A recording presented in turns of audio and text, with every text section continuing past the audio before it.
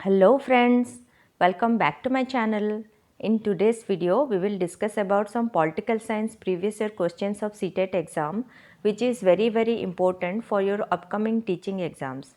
So without wasting any time, let's get started. When was the Constitution of India adopted? Bharat का संविधान कब अपनाया था? ऑप्शंस देखते हैं। अगस्त 15, 1947, नवंबर 26, 1947, नवंबर 26, 1949, जनवरी 26, 1950। इसका करेक्ट आंसर है option number 3, November 26, 1949। Next question, who among the following was the president of the constituent assembly of India? इनमें से कौन प्रेसिडेंट था किसका कॉन्स्टिट्यूएंट असेंबली का? ऑप्शंस देखते हैं। C Rajagopalachari, doctor B R Ambedkar, doctor Rajendra Prasad, Jawaharlal Nehru. इसका करेक्ट आंसर है doctor Rajendra Prasad. Next question, who among the following was the chairman of the drafting committee in the constituent assembly of India? Drafting committee का chairman कौन थे? C Rajagopalachari, doctor B R Ambedkar, doctor Rajendra Prasad, Jawaharlal Nehru. इसका correct answer है doctor B R Ambedkar. Next question, federalism refers to. Federalism जो है वो किसको refer करता है? Existence of more than one level of government in the country, federation of state to run the country, only the central government has the right to make laws, judiciary is the highest authority in the country. इसका correct answer है existing of more than one level of government in the country. मतलब जिस country में एक से ज़्यादा government का system होता है उसको फेडरलिज्म कहते हैं। जैसे कि इंडिया में हमारा क्या है, उसको फेडरलिज्म बोलेंगे क्योंकि सेंटर में एक गवर्नमेंट है और स्टेट में और एक गवर्नमेंट है। Next question, which of the following system of government was adopted by India? India के द्वारा कौन सा शासन प्रणाली अपनाया गया है? Parliamentary and unitary, presidential and federal, presidential and unitary, parliamentary and federal. इसका करेक्ट आंसर है parliamentary and federal system. Next question, according to the constitution how many organs of the state are there? संविधान के अनुसार राज्य के कितने अंग हैं? ऑप्शंस देखते हैं। 2, 3, 4, 5। इसका करेक्ट आंसर है 3, जिसको हम बोलते हैं executive, legislature and judiciary. Next question, which one of the following fundamental rights is violated due to practice of untouchability in India? Bharat में अस्पृश्यता प्रथा के कारण निम्नलिखित में किसके मौलिक अधिकार का उल्लंघन किया जाता है? ऑप्शंस देखते हैं। Right to equality, right to freedom, right against exploitation, right to constitutional remedies.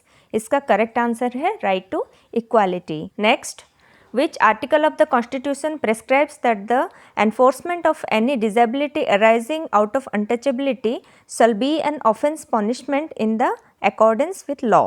Options देखते हैं। Article 15, article 17, article 21, article 28। इसका करेक्ट आंसर है article 17। Next, if a politician in one state decides not to allow laborers from other state to work in his state, which fundamental right will be violated? अगर कोई state permission नहीं देता दूसरे state के labour को काम करने को, तो वो कौन सा फंडामेंटल राइट को वायोलेट करता है? ऑप्शंस देखते हैं। Right to equality, right to freedom, right against exploitation, right to constitutional remedies. इसका करेक्ट आंसर है right to freedom. Next, article 21 of the Indian constitution entitles. अनुच्छेद 21 का संबंध किससे है? Right to freedom of religion, right to equality, right to life, right to constitutional remedies. इसका correct answer है option number 3, right to life. Next question, right to education is a fundamental right under article 21 which deals with right to life because. जो हमारा right to education है वो right to life के साथ भी related है। क्यों? Education is life. Not all people had right to education. Education helps in leading a dignified life. Only an educated person has right to life. इसका correct answer है option number 3, education helps in leading a dignified life. Next, according to Indian constitution the right empowering citizen to move to High Court or Supreme Court if they believe that any of their fundamental right has been violated by the state is right against exploitation, right to equality, right to life, right to constitutional remedies. अगर कोई citizen को लगता है कि उसका जो fundamental right है वो वायलेट हो रहा है स्टेट की वजह से, तो वो क्या कर सकता है, वो सुप्रीम कोर्ट तक जा सकता है, जिसको हम बोलेंगे right to constitutional remedies. Next आते हैं the right to constitutional remedies. Allow only the linguistic minorities to approach the court if they believe that their cultural and educational rights provided in the constitution have been violated by the state। Constitutional remedy क्या है? जब linguistic minorities को लगेगा कि उनका जो educational right है या कल्चरल राइट है वो वायलेट हो रहा है, तभी allows all citizen to approach the court if they believe that any of the directive principle of state policy have not been fulfilled by the state। जब सभी सिटीजन को लगेगा कि directive principles of state policy fulfil नहीं हो रहा है state के द्वारा। थर्ड आते हैं allows citizen to approach the court if they believe that any of their fundamental rights have been violated by the state। Citizen को अलाउ करता है जब फंडामेंटल राइट वायलेट होता है तो तुम कोर्ट को जा सकते हो।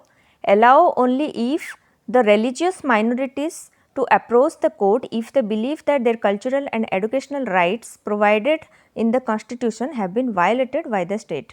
ओनली रिलीजियस माइनॉरिटीज़ को करना चाहिए, कोर्ट के द्वारस्थ होना चाहिए जबकि उनको लगेगा कि उनका कल्चरल और एजुकेशनल राइट्स वायलेट हो रहा है। इसका करेक्ट आंसर है ऑप्शन नंबर 3। सभी सिटीजन्स को अलाउ है जब उन्हें फील होगा कि स्टेट के द्वारा उनका फंडामेंटल राइट्स को वायलेट हो रहा है। नेक्स्ट आते हैं which part of the Indian constitution is often referred as the conscience of the constitution. Bharat के संविधान को कौन से अंश को संविधान का अंतरात्मा हम बोलते हैं? The part dealing with the directive principles, the part dealing with the fundamental rights, the part dealing with the reservation policy for SCs, STs and OBCs, the preamble of the constitution। इसका correct answer है the part dealing with the fundamental rights।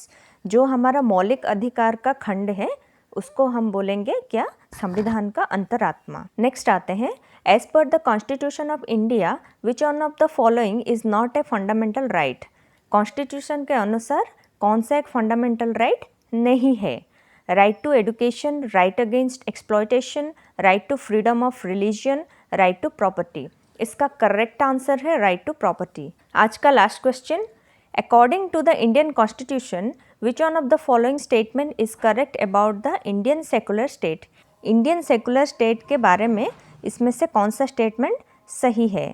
Indian state is not ruled by any specific religious group, the state does not enforce any particular religion nor takes away religious freedom of individuals, the state allows government institution to display and promote values specific to a particular religion, the state is not strictly separate from religion but it does maintain principled distance from religion।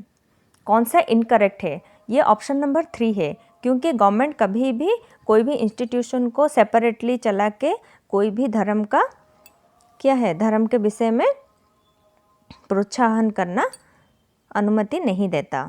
आज के लिए इतना ही। अगर आपको ये video अच्छा लगा इसको लाइक, शेयर, सब्सक्राइब और कमेंट करना मत भूलिएगा। मिलते हैं नेक्स्ट वीडियो में, तब तक के लिए अपना ख्याल रखना। Bye bye, thank you.